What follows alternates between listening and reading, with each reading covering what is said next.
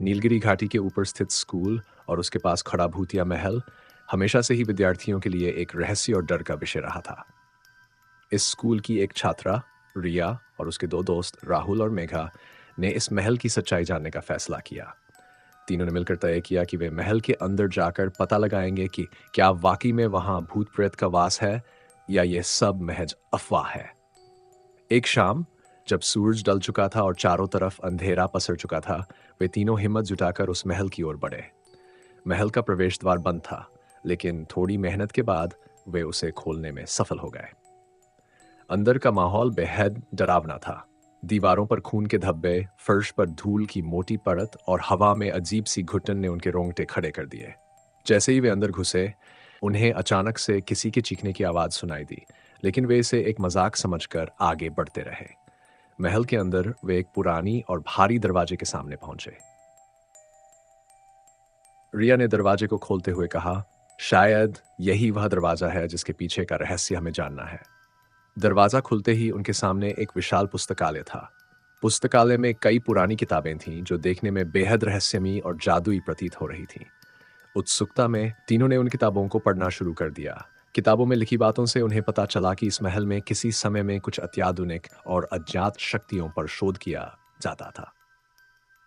लेकिन इन बातों को उन्होंने ज्यादा गंभीरता से नहीं लिया और अपनी पढ़ाई में मशगूल हो गए। इसके बाद कुछ अजीब घटनाएं शुरू हो गई।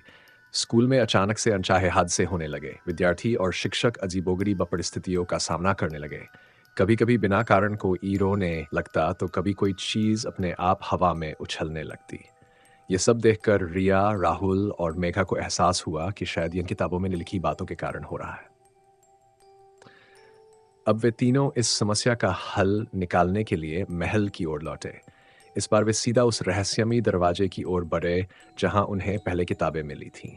दरवाजा खोलते ही उन्हें एक नई अज्ञात दुनिया का सामना हुआ। ये दुनिया किसी और ग्रह की तरह लग रही थी, जहां चारों ओर रहस्यमयी और अद्भुत चीजें थीं। इस दुनिया में उनका स्वागत एक प्राचीन और शक्तिशाली भूतिया शक्ति ने किया। उसने बताया कि वह वर्षों से इस महल में बंद थी और अब वह अपनी शक्ति पुनः प्राप्त करना चाहती है। रिया, राहुल और मेघा समझ गए कि उन्हें इस शक्ति से निपटना होगा, नहीं तो उनकी और उनके स्कूल की मुसीबतें और बढ़ जाएंगी। महल की गहराइयों में तीनों ने अपनी पूरी हिम्मत और साहस जुटाकर उस भूतिया शक्ति का सामना किया। उन्होंने अपनी बुद्धि और टीम वर्क का उपयोग करते हुए उस शक्ति को परास्त कर दिया। इस लड़ाई के बाद महल की भूतिया शक्ति शांत हो गई और वह फिर से नीलगिरी घाटी के आसपास के इलाकों में लौट गई। इस अनुभव ने रिया, राहुल और मेघा को एक महत्वपूर्ण सबक सिखाया। उन्होंने जान लिया कि किसी भी मुश्किल का सामना करने के लिए आत्मविश्वास, साहस और टीम वर्क की जरूरत होती है। इस साहसिक यात्रा के बाद वे न केवल एक दूसरे के और करीब आ गए, बल्कि उन्होंने अपने स्कूल और अन्य विद्यार्थियों के बीच भी एकता और संगठन की भावना को मजबूत किया। इस तरह नीलगिरी घाटी के स्कूल और भूतिया महल की यह कहानी सिर्फ एक डरावनी घटना नहीं थी, बल्कि ये एक ऐसा अनुभव था जिसने उन तीनों को जीवन की सच्चाई और मुश्किलों का सामना करने के लिए तैयार किया। वे अब समझ गए थे कि चाहे समस्या कितनी भी बड़ी क्यों न हो, मिलकर काम करने से हर कठिनाई को पार किया जा सकता है। अगर आप भी ऐसी दिलचस्प और शिक्षाप्रद कहानियों को सुनना पसंद करते हैं, तो हमारे चैनल हिंदी कहानी को सब्सक्राइब करें।